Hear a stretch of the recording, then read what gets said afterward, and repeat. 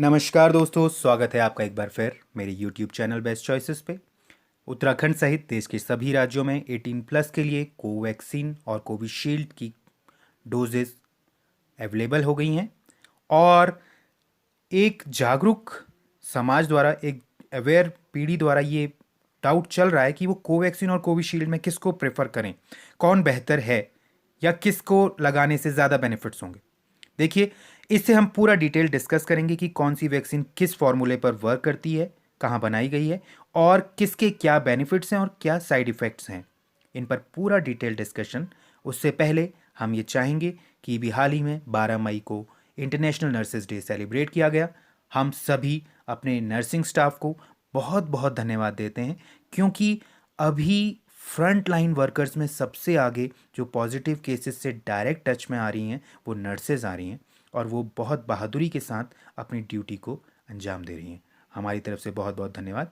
बात करते हैं कोविशील्ड और कोवैक्सीन दोनों के वर्किंग फार्मूला पे। पहले हम ये बता दें कि कोविशील्ड, जो कि एक ऑक्सफोर्ड और एस्ट्राजेनेका के कंबाइन एफर्ट से बनाई गई वैक्सीन फार्मूला है और भारत में इस फार्मूले को जो लिया गया है वो सीरम इंस्टीट्यूट ऑफ इंडिया द्वारा डेवलप करने के लिए बनाया गया है। और कोवैक्सीन पूरी तरीके से भारत निर्मित भारत बायोटेक द्वारा डेवलप की गई है। देखिए, कोविशील्ड के बारे में जिसमें हमने थोड़ा सा बेसिक आपको बताया कि ये जो वैक्सीन है ये ऑक्सफोर्ड द्वारा रिसर्च करने के बाद इंडिया को फॉर्मूला प्रोवाइड किया गया और ये किस तरीके से स्टेप बाय स्टेप काम करती है, ये फ़ायदेमंद है या वो वाली फ़ायदेमंद है, इस पर हम आपको बताते चलें।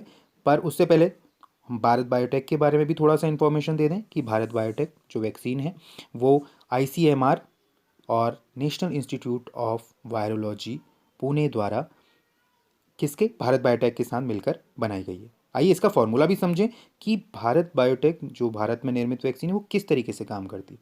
देखिए, इसमें जिस तरीके से हम एक जीवित मॉस्किटो, लाइव मच्छर, जीवित प्राणी हमारे लिए हानिकारक होता है, पर अगर हम उसे मार दें तो वो हमारे लिए हानिकारक नहीं होता, उसी तरीके से केमिकल्स की मदद से हमने कोरोना वायरस यानी बायोटेक और ICMR और नेशनल इंस्टीट्यूट ऑफ वायरोलॉजी द्वारा उस कोरोना वायरस को पूरी तरीके से इनएक्टिव यानी डेड करके इंजेक्शन के फॉर्म में हमारी बॉडी में इंसर्ट किया जाता है और हमारी बॉडी के सेल्स यानी कोशिकाएं अपने अंदर सोए हुए उन सैनिकों से कहती है कि अब आप जो है इसे पहचानिए कि कोरोना वायरस किस रूप में दिखता है, और वो सोल्जर्स एक्टिवेट हो जाते हैं जिन्हें कि ये पहचानना है कि उन्हें किस से सामना करना है, कोरोना वायरस कैसा दिखता है।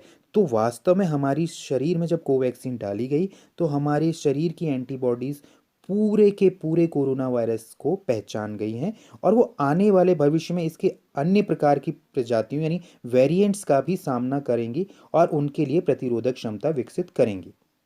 दूसरी तरफ कोविशील्ड, जो कि ऑक्सफोर्ड ने एक नए फॉर्मूले को यूज़ किया है, उन्होंने क्या किया है कि एक मिलता जुलता सा वायरस लिया है जिसको एडिनो वायरस कहते हैं और उसके खुद के कांटे यानी स्पाइक्स को हटाकर कोरोना वायरस के लिविंग जीवित प्रोटीन को उसमें मॉडिफाई करके डाला है। अब बात यह आती है कि जब इसने इनको इसमें डाला तो वहाँ वो डेड वायरस था, यहाँ ये लिविंग वायरस है, पर ये पूरी तरीके से कोरोना वायरस नहीं। कोरोना वायरस के सिर्फ प्रोटीन पार्टिकल जो कि इन्फेक्शन फैलाते हैं उनको लिया गया है और जिस वायरस को उसको ले जाने के लिए, शरीर में ट्रैवल करवाने के लिए इस्तेमाल किया गया वो एडिनो वायरस है, जिसके बारे में हमारे पास पूरा डेटा अवेलेबल है, इसलिए हम उसकी एक्टिविटीज़ को नोटिस कर सकेंगे।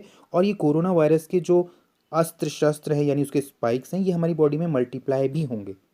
तो मल्टीप्लाई होंगे तो यहाँ हमारे शरीर की प्रतिरोधक क्षमता को ये पता चलेगा कि उसका सामना किस तरीके के स्पाइक्स के है, क्योंकि वो मल्टीप्लाई होंगे तो वो चलते फिरते और जीवित फॉर्म में फाइट करेंगे, तो हमें ये पता चल पाएगा। पर साइड जो लूज पॉइंट इस वैक्सीन का निकल के आता है वो ये है कि क्योंकि इसमें सिर्फ स्पाइक्स यानी कोरोना वायरस पूरा नहीं लिया गया है, सिर्फ उसके स्पाइक्स इस्तेमाल किए गए हैं, तो बॉडी सिर्फ उसके स्पाइक्स को यानी एक प्रकार के वेरिएंट्स के लिए हेल्पफुल रहेगी इन कंपैरिजन टू कोवैक्सीन के। तो आप समझ गए कि क्या क्या डिफरेंस है। अब बात करते हैं कोविशील्ड के लिए कहा जा रहा है कि फर्स्ट डोज से इफेक्टिव है, और कोवैक्सीन के लिए भी ऐसा कोई डेटा आ नहीं पाया कि फर्स्ट डोज में ये कितनी इफेक्टिव है। अभी कोविशील्ड फर्स्ट डोज में इफेक्टिव क्यों है? क्योंकि मैंने आपको बताया कि जब वो बॉडी के अंदर फर्स्ट डोज में इंजेक्ट की गई तो वो बॉडी में उसके प्रोटीन स्पाइक्स जो कि एडिनो वायरस की हेल्प से इंजेक्ट किए गए हैं, वो मल्टीप्लाई होंगे यानी रिप्लिकेट होंगे, बायोलॉजी के शब्द में कहते हैं रिप्लिकेट होंगे। तो हमें उस तरीके के वेरिएशंस के साथ डील करना, हमारे बॉडी की एंटीबॉडीज़ उस तरीके से तुरंत डेवलप होंगी। और कोवैक्सीन के लिए क्योंकि अभी वो डेड है तो एंटीबॉडीज़ किस तरीके से रिएक्ट करती है इस पर अभी स्टडीज़ चल रही हैं। और बात करें अगर कोवैक्सीन पर कि इसके साइड इफ़ेक्ट्स क्या हैं और कोविशील्ड के साइड इफ़ेक्ट्स क्या हैं, तो कोवैक्सीन जो कि पुराने और सिंपल फार्मूला पे बेस्ड है, ये डेड वायरसेस को बॉडी में इंजेक्ट करके एंटीबॉडीज़ मतलब कि हमारे शरीर के वो सैनिक जो कि इनके खिलाफ लड़ेंगे, वो पहले भी पूर्व में भी कई तरीके के जैसे पोलियो वायरस और अन्य वायरसेस के लिए यूज़ किए गए हैं। तो ये वेल टेस्टेड मेथड है, इसमें रिस्क फैक्टर बहुत कम है, एक सेफ साइड गेम है, और सेफ साइड में आपको बेनिफिट्स हैं, लॉसेस कम है। कोविशील्ड में थोड़ा सा इसमें ये है कि कई जगहों पे ब्लड क्लॉट्स ऑब्जर्व किए गए हैं कई कंट्रीज़ में। ऑन द अदर हैंड अब इफ़ेक्टिवनेस की बात करें, जैसा मैंने आपको बताया कि कोवैक्सीन में पूरा का पूरा कोरोना वायरस एक इनएक्टिव फॉर्म में शरीर में जा चुका है, तो हमारे शरीर के एंटीबॉडी सैनिक उसके पूरे ढांचे को समझ चुकी हैं कि कोरोना वायरस ऐसा दिखता है, उसके स्पाइक्स ऐसे होते हैं, कोरोना वायरस का जो स्ट्रक्चर है वो ऐसा है, तो वो उसके और प्रकार के वेरिएंट से भी इजीली फाइट कर सकेंगे।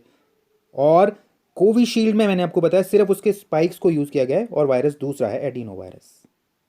अब बात करते हैं कि कोवैक्सीन जो कि सिंपल मेथड्स पे बेस्ड है, और मैंने आपको बताया, तो अगर आप इसके पोस्ट ट्रीटमेंट्स यानी कि कई सालों बाद आपको लगे कि कहीं ये उस साल मैंने इंजेक्शन लगाया था या वैक्सीन लगाई थी, तो उसके वो साइड इफ़ेक्ट्स कोवैक्सीन के केस में निकलने की चांसेस बहुत कम है।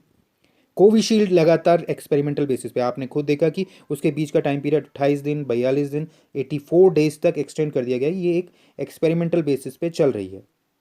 तो अब अगर हम बात करें कि एग्ज़ाम के वन लाइनर्स से पहले कि कोविशील्ड और कोवैक्सीन में से किसको चूज़ करें, तो मैं आपको ये सजेस्ट करूँगा कि अगर आप लॉन्ग टर्म के नज़रिए से देख रहे हैं तो कोवैक्सीन को प्रेफर करें। अगर आप जैसे म्यूचुअल फंड्स में अगर लॉन्ग टर्म इन्वेस्टमेंट चाहते हैं तो कोवैक्सीन को प्रेफर करें क्योंकि सेफ़ और इजी गोइंग है।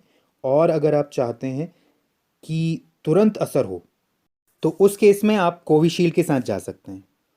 इसमें आपने ये रियलाइज़ किया होगा कि दोनों के अपने बेनिफिट्स हैं और दोनों ही चीज़ें एक वैक्सीन से आपको नहीं मिल सकती।